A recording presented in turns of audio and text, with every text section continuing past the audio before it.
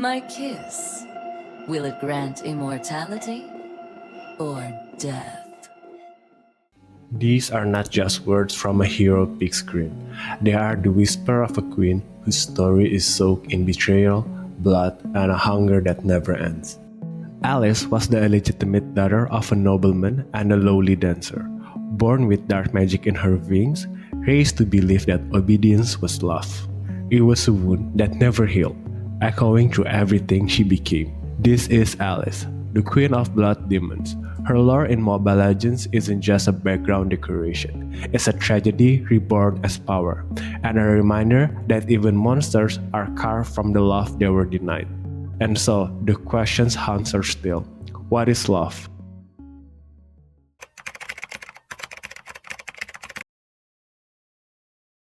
Alice's story doesn't begin with cruelty. It begins with love, or at least what she thought was love.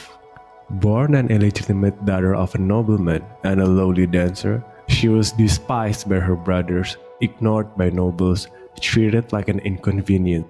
But Alice still loved her family. She believed that if she endured enough pain, one day her loyalty would be seen. Her mother whispered a cruel illusion. Look at our fine clothes, our food, our home. All of this prove that you are loved. To a child, that lie was enough. Alice mistook luxury for affection, survival for care. And Alice was not an ordinary child. She was born with an affinity for dark magic. It frightened others, but it made her valuable.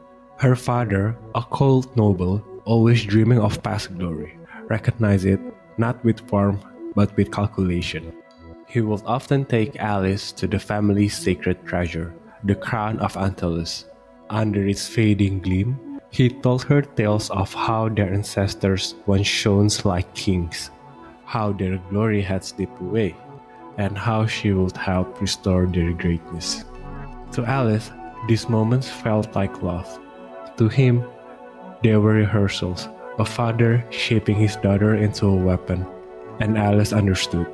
From an early age, she came to believe that being loved meant being useful, that affection was earned through obedience, that her place in the family was not to be cherished, but to be wielded, a knife in the shadows, cutting at her father's command. It was a cruel kind of devotion, the devotion of a child who thought pain was proof of love.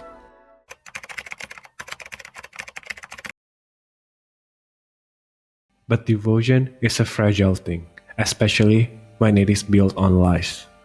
Alice carried her father's word like a crown in her heart, convinced that obedience was love, that usefulness was affection, and so she gave everything. She stalked the southern battlefield, wielding her dark magic in silence, cutting down her family's enemies like the blade she believed herself. Every scar, every drop of blood was an offering. And still, her brothers scorned her. Their contempt was constant, but she wore it like armor, because Alice believed her father's gaze, cold though it was, meant she mattered. So, when the Monastery of Light captured her, when they broke her body in chains, and tried to rip the secrets from her lips, Alice endured. She bled, she screamed, but she said nothing. Her silence was loyalty. Her silence was love. But what happens when love is not returned? What happens when loyalty is nothing more than currency? In the depths of her cell, a figure appeared. Stranger or savior, she could not tell. They whispered a truth Alice refused to believe. Her whole life, she had been nothing but a pawn. Alice sneered, dismissing it as another ploy.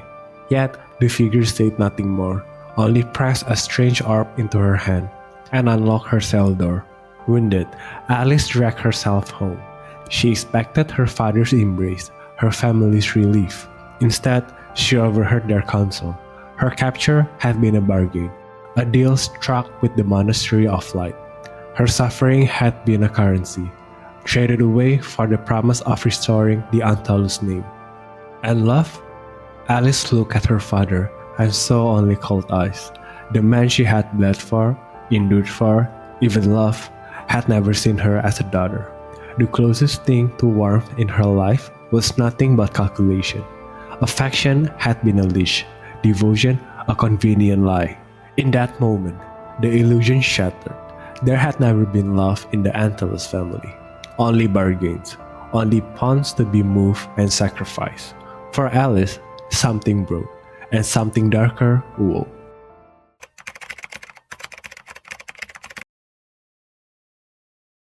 Love never existed from the beginning. There had only been worth, desires, and lies. Her birth was permitted because of her talent, her freedom granted only because she had used to the family. Love had been nothing more than a sweet poison, and now its true nature revealed itself. The Antalus family had long prepared to betray her. They stood in silence as Alice was pinned down, watching her trash like a wounded animal.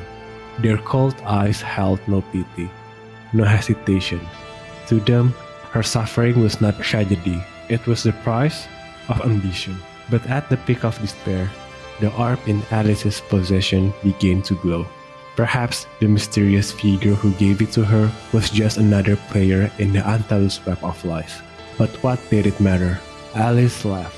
Her laughter split into madness as hatred consumed her body. The abyss answered. Her blood warped.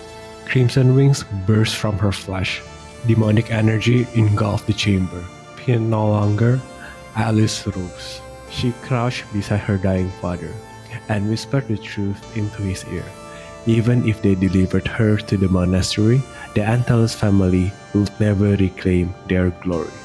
To those above, he had always been a pawn. His dream, like Alice's desperate yearning for love, was nothing but a delusion. Her father's last breath was drowned beneath her blood-curdling laughter, and Alice was not finished. Using the cruelest methods, she twisted her contemptuous relatives into blood demon trolls, bound internally to her will. The crown of Antalus, once shown to her as a promise of greatness, she wore mockingly on her leg, shattering the family's illusion of honor. That night, the Antalus family was buried in blood, and from the ashes of a child's broken love, something far more enduring arose. She had learned the cruelest truth. Betrayal does not just wound, it kills the part of you that once believed in love. And the deepest scars are carved not by enemies, but by the hands you once trusted. Thus, the Queen of Blood had arrived.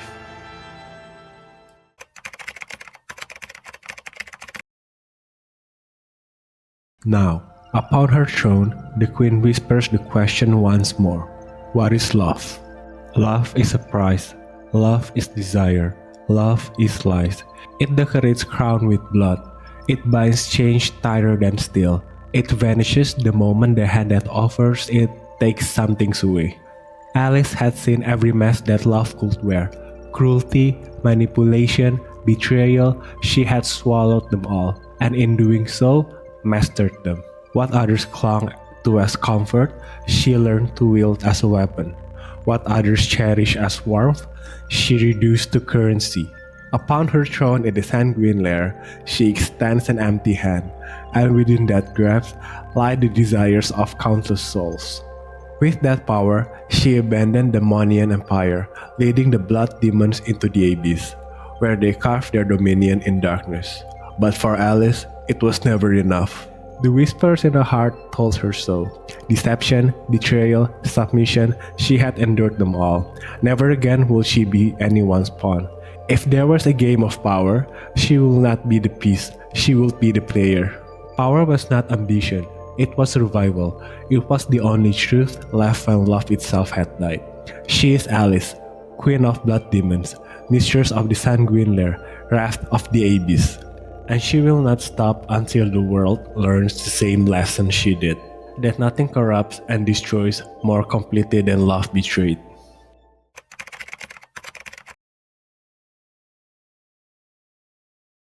Love and hatred are long dead. For Alice, there's only power, only desire, only eternity carved in blood. And perhaps that is the cruelest truth of all. When love is denied long enough, it does not vanish, it hardens into hunger, a hunger that nothing can ever satisfy. Alice no longer asks what love is. She has proven it was always a lie. The Queen of Blood remains.